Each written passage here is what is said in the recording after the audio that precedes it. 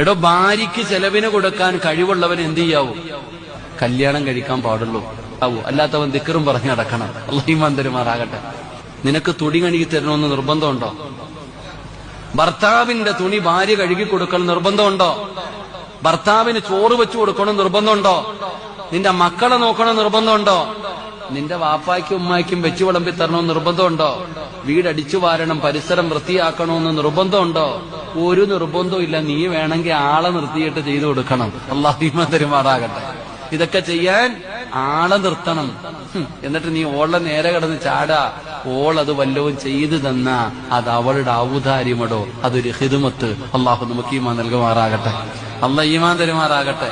എന്നിട്ട് നിന്റെ മുമ്പിൽ വന്നിട്ട് കാക്ക റീചാർജ് ചെയ്യാൻ പൈസ ഇല്ല, കാക്ക തുണി വേണം കീറിയിക്ക, ഇങ്ങനെ നടക്കാ പുറകില്. ഓൾക്ക് ആവശ്യപ്പെട്ടതുപോലും കൊടുത്തില്ല, അർഹതപ്പെട്ടതുപോലും കൊടുക്കുന്നില്ല. അപ്പൊ ഞാൻ പറഞ്ഞു വന്നത്, ആര് പറയണം നമ്മൾ നല്ലവനാണെന്ന്? ആര് പറയണം? നമ്മുടെ ഭാര്യ പറയണം. നബിതങ്ങളുടെ ഭാര്യയോട്, ആയിഷ ബീവിയോട് ചോദിച്ചു, നിന്റെ ഭർത്താവിന്റെ സ്വഭാവം എന്തായിരുന്നു? ഖാന ഖുലുഖുഹു ഖുർആൻ, എന്റെ ഭർത്താവ് ഖുർആനായിരുന്നു എന്ന് മഹദിയായ ആയിഷ ബീവി റളിയല്ലാഹു തആല. അല്ലാഹു നമുക്ക് ഈമാൻ നൽകുമാറാകട്ടെ.